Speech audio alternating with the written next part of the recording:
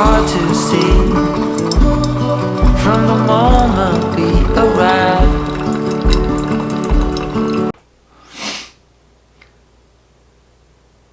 Hey, good morning, and welcome to our first coffee talk, our coffee Q&A.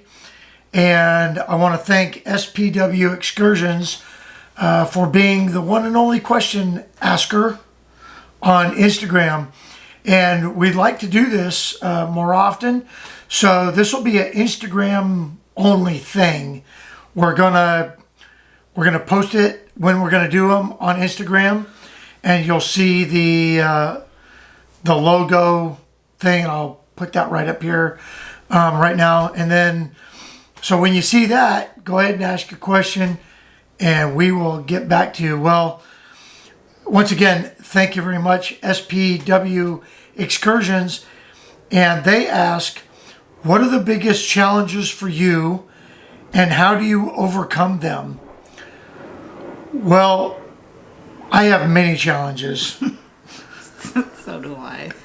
But we're going to assume you're talking about RVing and travel. Oh, yes. Teresa's biggest challenge is me. The biggest challenge is when we're heading somewhere and we need to get off the road somewhere else that wasn't scheduled. And I'm trying to tell him, you know, let's go here because I've got my phone, I've got Google Earth, and I can kind of see what's going on. And he just keeps on driving, and it's like, that is my biggest challenge because we're supposed to be communicating together, and the listening part. So yeah, I guess me listening, sometimes I get so focused on what's in front of me, and so I guess that would just fall under the communication heading, right? So, and I guess that's a relationship thing. I think we do a really good job together communicating, but when we get in that moment where I'm considering, you know, I've got 33 feet behind me, I've got, you know, traffic to the left of me, you know, maybe not knowing who's behind me. Right. We don't have a backup camera or a backup camera on our trailer. So I don't know what's behind me. So I don't know if there's, you know, somebody coming up quick or somebody tailgating. So there's a lot of factors that I'm thinking about. And I have to remember that. That's one thing that I need to work on. So then we just kind of talk about it. Now, one of the things that, and the second part of your question was, how do we overcome some of those? When it comes to that, we did get the GPS that's for RVs, and that's helped because now we can couple what Teresa does with Google Earth and knowing where we need to go versus where we can go. So I'll be looking at the GPS and the traffic and all of those things while she's kind of focusing on those other things. The other part of challenges, I guess, with RV travel is when we first started 3 years ago, we went through our growing period and we had to develop routines. Yeah. And at first it was very challenging because I thought I had a certain skill set and responsibilities, and Teresa thought she had certain skill sets and responsibilities, and they kind of overlapped and crisscrossed, and we'd forget stuff, or we'd step all over each other. And so, and again, it was a communication thing. But once we developed routines and knowing what each other's roles are with the RV, I think that because we don't have any problems there anymore. Oh no, we get in, we're done within 10 minutes, it seems like. So, Other challenges. I guess in other challenges in RVing, when something goes wrong, I have a general rule to remove the urgency from the situation. And so, and a great example of that is the tire. We could have went into full panic mode when we were at the rest stop and saw that we had Almost a bald tire. steel belts sticking out. But rather than panic, which isn't going to solve the problem ever, I asked Teresa to find the nearest town, or the nearest gas station, and just settled things down and said, in fact, I walked back to the truck and said, we have a problem. Yeah, and it was just like, okay. Find us a town, find us a gas station, and because at the end of the day, the absolute worst thing that could have happened is we stayed right at that rest stop and changed the tire. If our next town was 100 miles away, which luckily it wasn't, it was 7 miles away. Exactly. But the worst case scenario is I change the tire and then we get to where we need to get it fixed, or we call roadside assistance or whatever.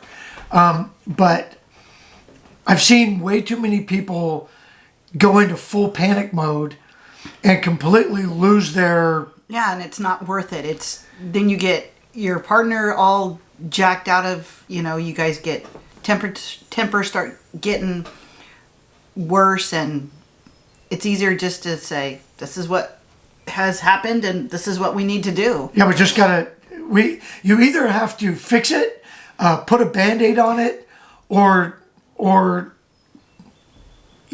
get to the next place where you can do something about it. And I guess here's the beauty of RV travel. If it all went bad, you got your bed, you got your bathroom, you go in, you have A drink, get something to eat, and play cards. Just settle things down, and really, going back to the tire, we had somewhere to be, but if we didn't get there till whatever, it really didn't matter. It's just a reservation, and we weren't going to jeopardize our safety. Right. And the trailer over it. So we just 7 minutes. I took it really slow. We got into the town, got the tire fixed. The entire detour was less than an hour. Yeah, exactly. Maybe 45, 50 minutes at the most. Right. So we still ended up getting to Deadwood at a reasonable time. Yeah. In fact, we had planned to get to Deadwood somewhere around noon or 1. We got there, I think, at 2 o'clock. Yeah. So we still ended up going to Mount Rushmore and spending the evening in Deadwood, had dinner, and then we didn't have to worry about it the next day either. We had a fresh tire. We could just go. And then worry about it, once we got to Missoula. And we just monitored it and stuff. But taking the urgency out of the situation is an absolute must whenever you have a challenge, because it's all about perspective. And when you're in an RV, we're RVing. We're there to slow things down. We're there to relax and have a good time. So we don't need to have this great sense of urgency. If we get there, we get there. If we don't, then we change our plan. And it's pretty much that simple. Yeah. So, all right. Well, we really appreciate the question, and we're going to wrap this one up. hey, again, leave your questions or your comments when you see that logo on Instagram. And so SPW Excursions, thank you for being our very first. We tried this once before and got 0. So this time we got 1. Hopefully next time Yeah, thank you so we get much. 2. And we're going to do these as often as we get questions. And I promise you, if we get a question, we'll put one out. And if not, maybe we'll make it an update video. And speaking of updates and that tire, we found out what the problem was. We had not 1 bent axle, but 2 bent axles. We picked the trailer up today. I'll give you an update on that maybe in the next week or so. And the reason I say that is because tomorrow morning I get to go to Philmont, which is, for those of you that are familiar with anything in scouting, it is Scouting Paradise. I'm going down there for a week-long training conference. I'm still very active with scouting at the district and council level primarily, still with the unit also. But I'm going down there for a training course to make me a better trainer and to train other trainers. So I'm leaving in the morning. So I'm going to be out of the net for a little bit. But don't worry, there's still videos every Monday hitting our channel. We've already got them loaded. So they'll be hitting this coming Monday and the following Monday. And then we'll get back into our regular rhythm. I might just do one of these videos while we're at Philmont. I'm taking a buddy of mine with me from here, and I'm sure he wouldn't mind being in the video. Other things to look forward to is Levi will be making guest appearances. And for those of you that don't know Levi, you haven't been paying attention to our Instagram because he is our grandson and pretty much our little treasure. Yes. So, hey, thanks again for coming along, having a cup of coffee with us, and we'll see you in the next video. All right.